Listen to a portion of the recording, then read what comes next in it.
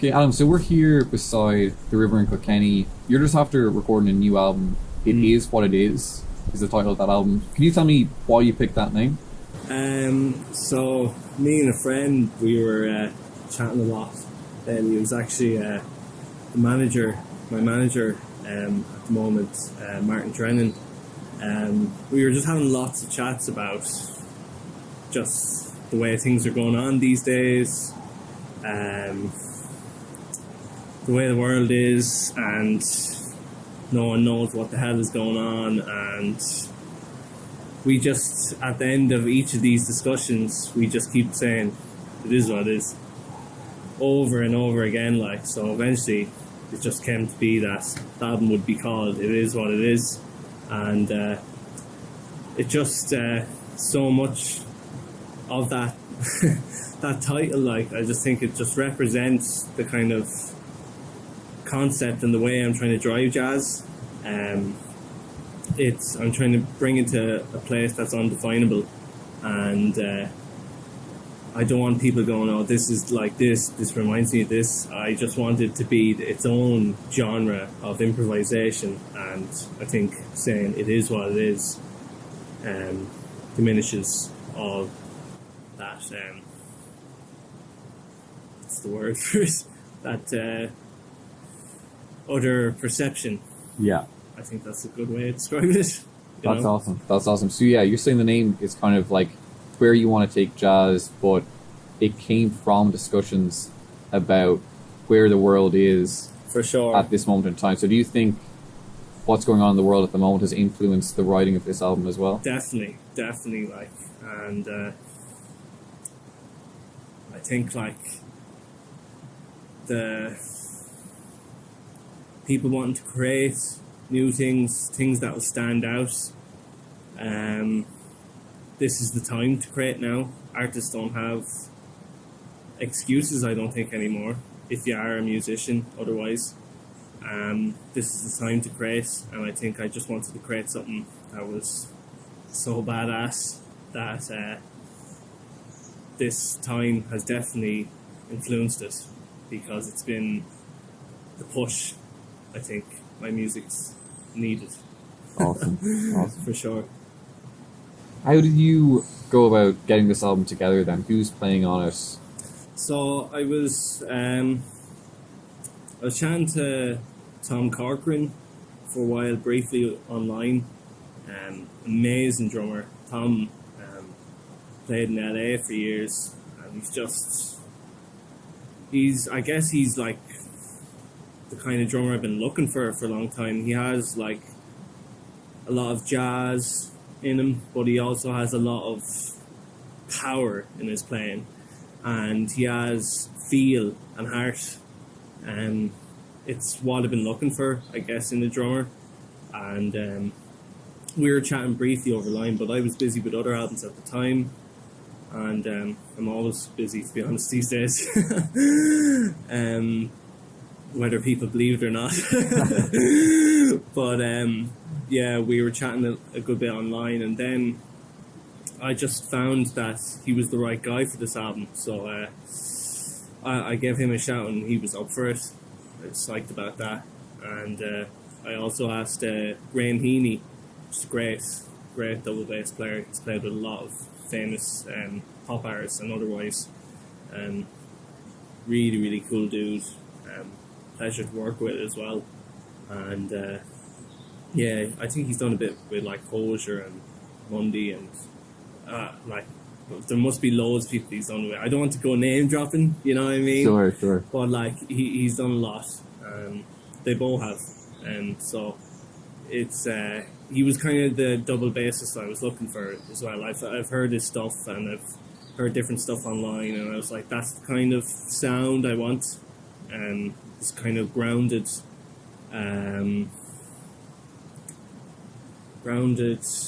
fluid approach, I guess, and that's one way of describing this playing. He's very versatile. So awesome. And like when you were approaching these musicians, like tell me about the actual recording process? Like, would you give them a chord chart beforehand? Did you meet up to rehearse, or was it just completely improvised? Like, how did you go about doing it? So the way I like to work with like improvisation is I like to improvise. Yeah. Like I think the way I do it is I try to give them ideas of what I want it to sound like, rather than chord charts or any of that kind of stuff, because that puts it in a box straight away. I think even giving them ideas puts it in a box straight away, but I think it's nice to, if I have a vision, I think it's nice to give them some view of that vision. And so, yeah, there was definitely a lot of cool influences that went into it. Ornette Coleman. I sent the guys, what I do sometimes is I send musicians on like some records I like, you know, and kind of maybe edge for this kind of thing here, maybe like this but more a modern approach, but be yourself. There's a lot of be yourself in it, to be honest. I want the musician to be themselves. I don't want them to play like anyone else or try and be a copycat just to be on the ball that day. I want the organic, natural side of the musician. Obviously, we all have influences, but Hence the name of the album. yeah, it is what it is.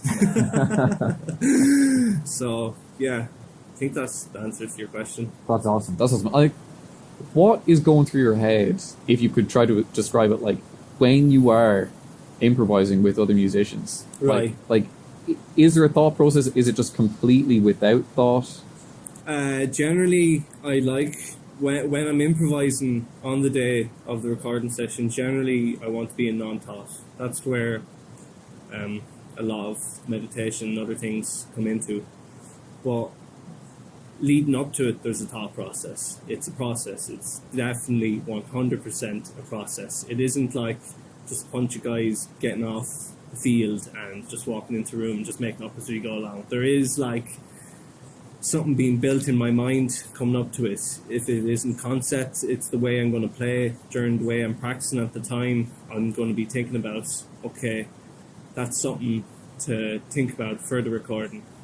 This is that's something I won't be playing for the recording. You know, so there is a process, definitely. That's fascinating. I'm just so interested by your ability to improvise. I think it's amazing. Awesome, man. Okay, so you touched on, like you mentioned meditation there. Do you think there's a similarity between meditating and improvising, and has that influenced how you play it all? Definitely. Like I've done like a lot of different albums without meditation. I've done like mad albums, like where I've tried all sorts of different things and processes before it. I find meditation is the best way to get you in the moment, and ideally, the way I see improvisation, it is about creating in the moment.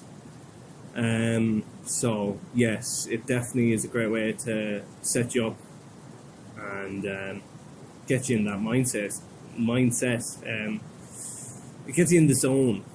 That's what I think. And what meditation does is develops you to be more in the zone in general in life anyway. So I can't fault it. There's nothing I can fault about it, really. Unless you do too much, you can get ungrounded. But like, I kind of have my energy balanced these days. I know how to like be grounded again, like, and stuff. When I first like found meditation, like I was just wanted to be up in the sky. I wanted to fly around and just enjoy that whole world, you know. Sure. But recent times, I've been just working a lot more on grounding and just being a lot more on earth, I guess. Hence why I'm so busy these days. When I was more up in the sky, I was just happy to just stay there meditating all day and just looking at clouds and just in a land of bliss, which is the best thing ever. It's better than any drug. It's better than any... It's just amazing. It's a world of just heaven on earth. But too much of it, just getting nothing done on earth. Right. You know, and while I'm here, I feel like I have to get something done. I have to like create things, you know. Otherwise, I would with a beat in the sky all the time. Sure. The music grounds me, I think. Even though it's kind of out there music, it still grounds me because it gives me a purpose to be doing something productive on it. That I love. Awesome. What blows my mind is how long did the actual recording process take? Was it done in a day, or was it done? So the full recording is 65 to 67 minutes long, and it's just all one take. Yeah. So we did 3 takes, as in 3 tracks, and it's all just one take. I'm not a fan of repeated takes or anything like that. That just, for me, no, that's not what it's about. No, don't do that. What I mean? I feel like even if it comes in weird or whatever at the start, you're capturing the moment. You're capturing that energy that's been leading to that. And I think it's wasted if you have to go in and do a second take, especially in improv. Maybe it's different with, it is different with pre-composed music, but with improv and the kind of improv I'm trying to do, that's what it's about for me. It's one take, one moment, let's go. That's why the meditation helps as well. It gets you all set up, everything gets set up, and you're just in, and it's just, whoa, we're in this world now, man. Oh my God. I almost sound like such a hippie. But I just think that's the best way, because it's putting all this pressure on you. It's like anything. It's like sports. It's like something you have to be prepared for at the time. You just go in, and that's it. Yeah. How long would you prepare for an album then? Because what I think is fascinating is there's this idea of, let's say you recorded that on a Friday, for example. How different would it have been if you recorded it the next day? How long are you prepping for this? And right, yeah. How much do you think it makes a difference on the day? I kind of know the date in advance, maybe 2-3 weeks before, or longer. In this case, I think it could have been 2-3 weeks. Excuse me.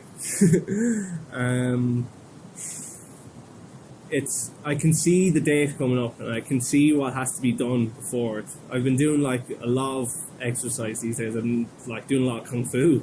Believe it or not, I only got my yellow belt a while ago, so it was some crack. Awesome.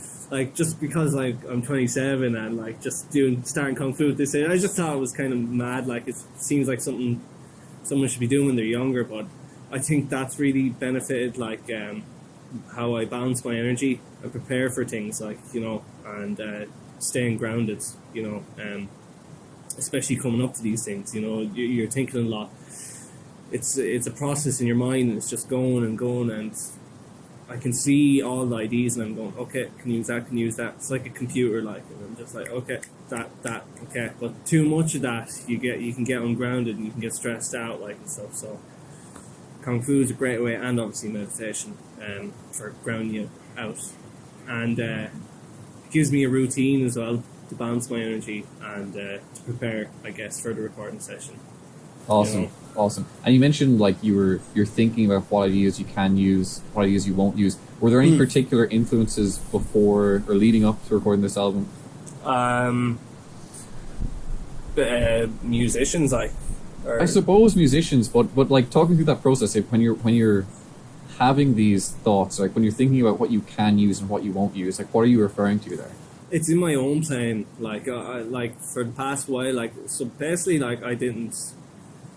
I'm weird when it comes to practice. Practice is just. It's not that I'm lazy. It's just I feel if I practice technique too much, then I get stuck in technique world, and that's not the world I want to be in. I feel that's one of the problems with jazz these days. It's so technical, and it's just you're just reciting all these things that licks. And it's just, it doesn't sound natural. It doesn't sound organic. It just sounds like a load of etudes and a load of transcribed licks, all put together, and just choose them when you want. So the way I practice is different, I guess.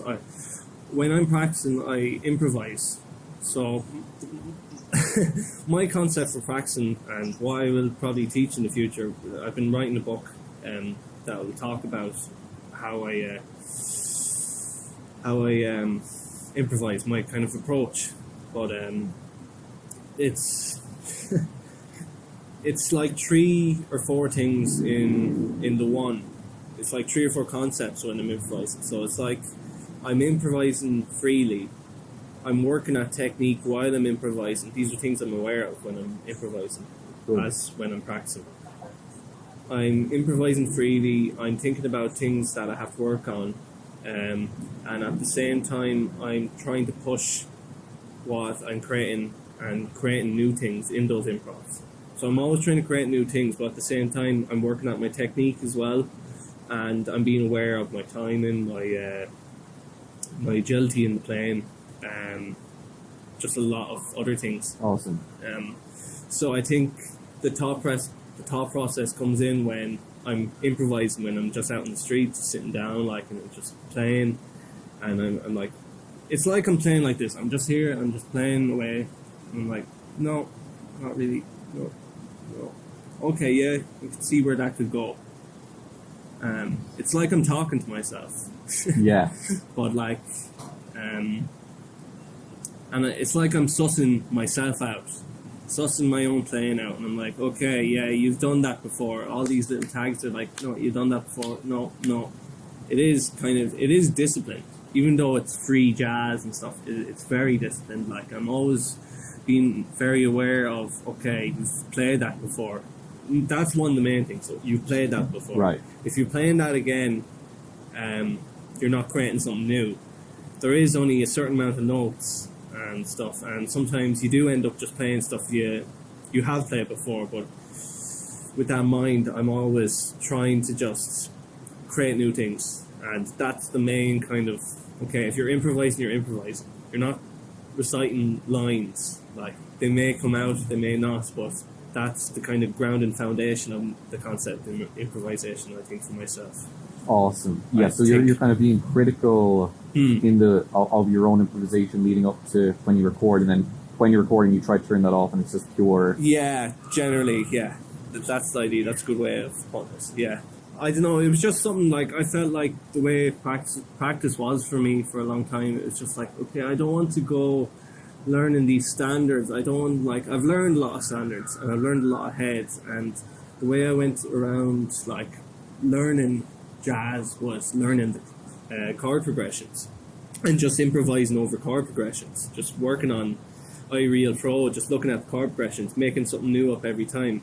Like, the melodies are already created, you know, I could transcribe some of them, but generally I prefer just going in. If they're like, if I was doing, let's say, some kind of gig where it required backing tracks or something like that, I would just use that and just improvise for the whole gig. No melodies, like just making my own ones up, and trying to be very critical about them as well. Okay, this isn't just mush and mash and just throwing notes around the place. I'm trying to make the improvisation sound like melodies, I guess, and making them sound like they've already been created. They haven't. So it's trying to have that confidence behind it. So there's a lot of levels of trying to get your strength in your improvisation and your strength in your confidence behind what you're playing, I guess, and at the same time taking chances. So there's a lot, like, there's a whole world of it, like, and it's awesome, because I always feel like I'm growing. You know, I feel like after each album, like, my playing has got so much better. Really? Yeah, like, I would listen back to old albums, like, and I love them, like, but I'm like, okay, I know I have to work on the next album, and it won't sound like that. You know, it could have some elements of it, but generally not really. Like, the playing changes, and my concepts like change as well. Okay, so Adam, you were talking about how your albums have progressed over time.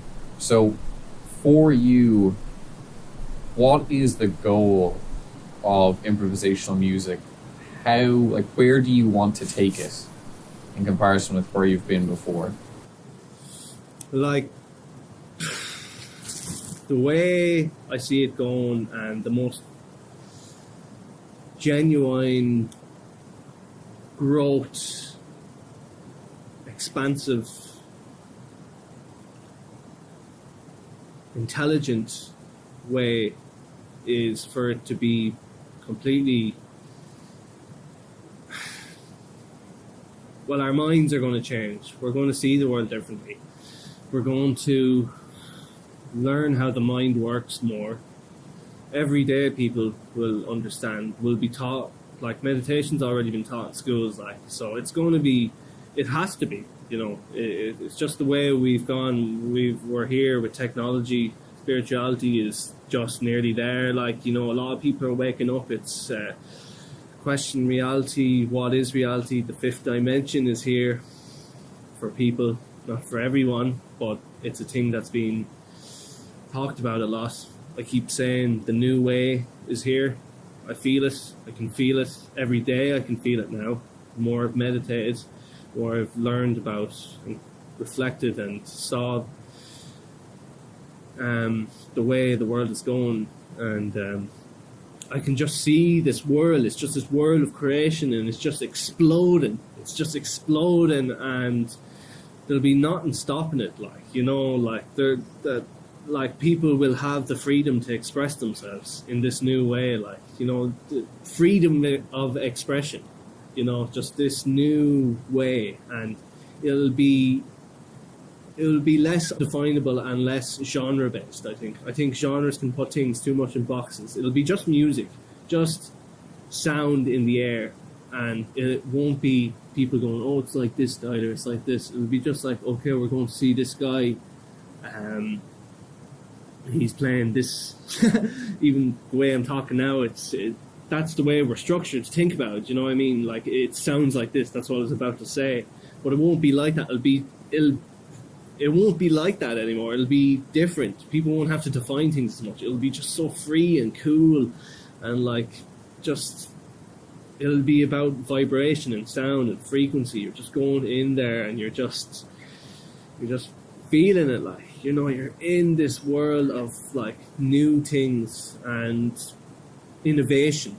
It's the way the future has to go. Like, if the world is to grow and we are to grow as a species, music is, you know, the reflection of that, or one reflection of that. And improvisation, I think, will be at the forefront for taking risks and being innovative, because that's the one that's going to be taking these chances in the moment, in the instinct, with the sixth sense. All these new awarenesses and abilities we will get the more the world wakes up. We're just growing and going in that way. People will be in bars, people will be just there, and just this sound will be there. It will be ever so casual, and it'll be less ego based. It will be just about, wow, this is just life, and this is creating, and it'll be heaven-like. It'll be just this world that's just, oh my God, I can't wait. Like, I can feel it. Like, I can feel it so much. Like, it's just epic. Like, and I feel it in my music. I just feel like the world hasn't, like, it is doing it, but it'll become normal. I feel it in my music when I'm creating, or when my albums have been created. I feel that, but I feel if this music is to have an influence on the world, I think that would be the amazing positive effect of it. It'll become normal. That feeling of, whoa, oh my God, what are they going to play next? This is just mental. They're just pushing it. This atmosphere around like this, and then and something else has been created now. And where did they just go? Where is my mind gone? Like, this is just, people won't need to take drugs, I don't think, in the future as well. Just a note for that. I don't think they'll even need to take it. They'll learn how the mind works more and more. They'll meditate more, and they'll realize meditation is the future, like, and for a better, happier life, and for just a more innovative life, you know, and a more balanced life at the same time, you know. And it's just awesome. I cannot wait to see what the future holds. I think it's just like I feel like this album is one of the ones that's just going to wake people up.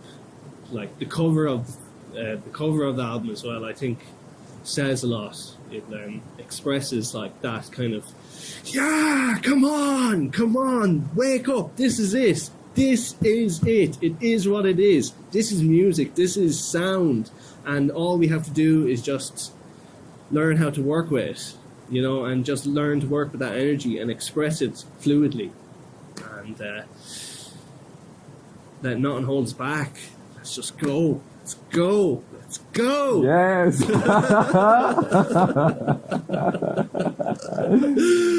Oh God. Unreal. That's awesome. So you talked a little bit about the fifth dimension. What do you mean by that?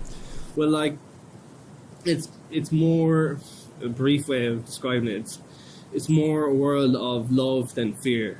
It's more a world of not looking for guarantees as much. You're just more in the moment, in a loving state, in a state of creation instead of a state of stagnance, in a state of worry or fear. You know, obviously the world is in a lot of those things at the moment. It's varied, but the more meditation is going to be taught, it is the cause of the Great Awakening. That intelligence, that knowledge, that wisdom, that is what is waking people up. People are just, wait, I can feel happy anytime I want.